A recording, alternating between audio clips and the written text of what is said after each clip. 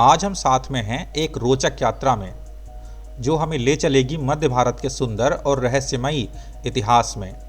हाँ, यहाँ चर्चा करेंगे हम आज चंदेल वंश के इतिहास की।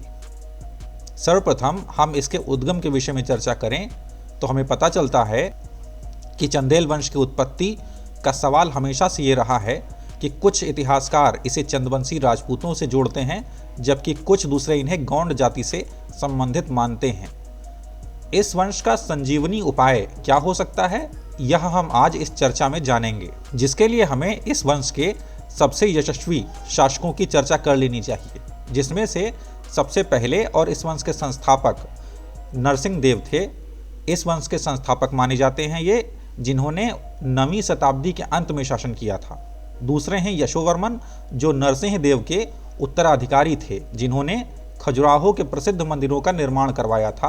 और तीसरे हैं परमार्थ देव, जिन्होंने कलिंजर के दुर्ग का निर्माण करवाया था, जो उस समय का सबसे अभेद्य किला माना जाता था। चौथे हैं त्रिलोचन पाल, जो परमार्थ देव के उत्तराधिकारी थे।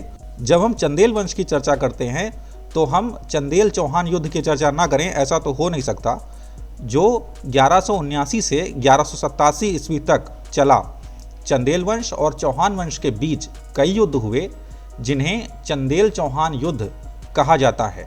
इन युद्धों के माध्यम से चंदेल वंश ने अपनी शक्ति को बनाए रखने का प्रयास किया। जब चर्चा चंदेल वंश के विषय में हो तो उनके राज्य के दो महान योद्धाओं की बात ना हो, ऐसा तो हो ही नहीं सकता है, जो दो भाई ही थे, जिन्हें हम आल्हा और उदल के नाम से जानते हैं। आल्हा और उदल की वीर गाथाएं चंदेल वंश की वीरता और साहस की गाथाएं हैं।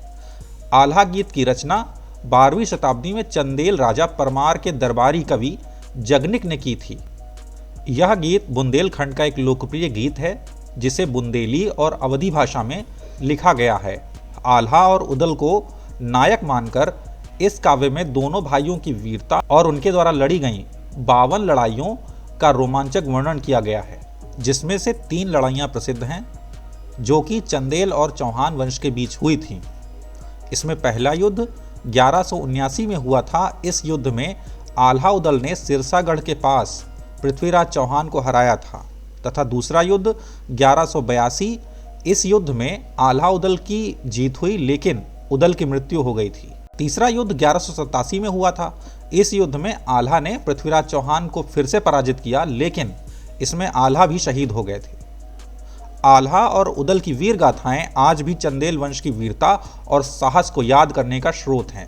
अब हम चंदेल वंश के पतन के विषय में चर्चा कर लेते हैं। चंदेल वंश पर मुस्लिम आक्रमण 13वीं शताब्दी से शुरू होते हैं।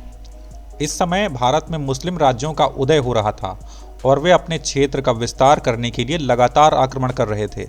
चंदेल वंश मध्य भारत का एक शक्तिशाली राजपूत राज्य था और इसलिए मुस्लिम शासकों ने इसे अपने अधीन करने के लिए एक प्रमुख लक्ष्य माना था।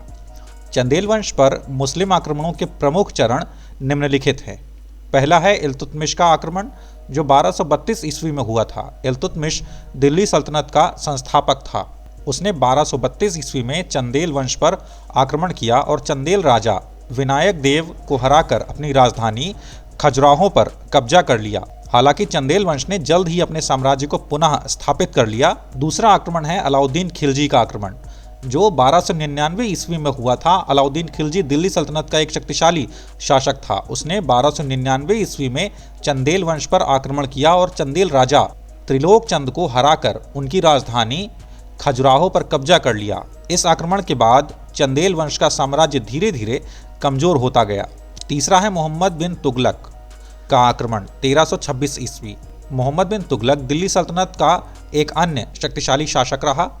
उसने 1326 ईस्वी में चंदेल वंश पर आक्रमण किया और चंदेल राजा मल्हाराज देव को हराकर उनकी राजधानी खजुराहो पर कब्जा कर लिया। इस आक्रमण के बाद चंदेल वंश का पतन हो गया और मुस्लिम शासकों ने मध्य भारत पर अपना नियंत्रण स्थापित कर लिया। दोस्तों, अगर आपको लेक्चर पसंद आया हो तो कृपया मेरे चैनल को सब्सक्राइब करें, लाइक करें, कमेंट करें, शेयर करें, ताकि मुझे और मोटिवेशन मिल सके इस तरह की वीडियोस बनाने के लिए। Thank you.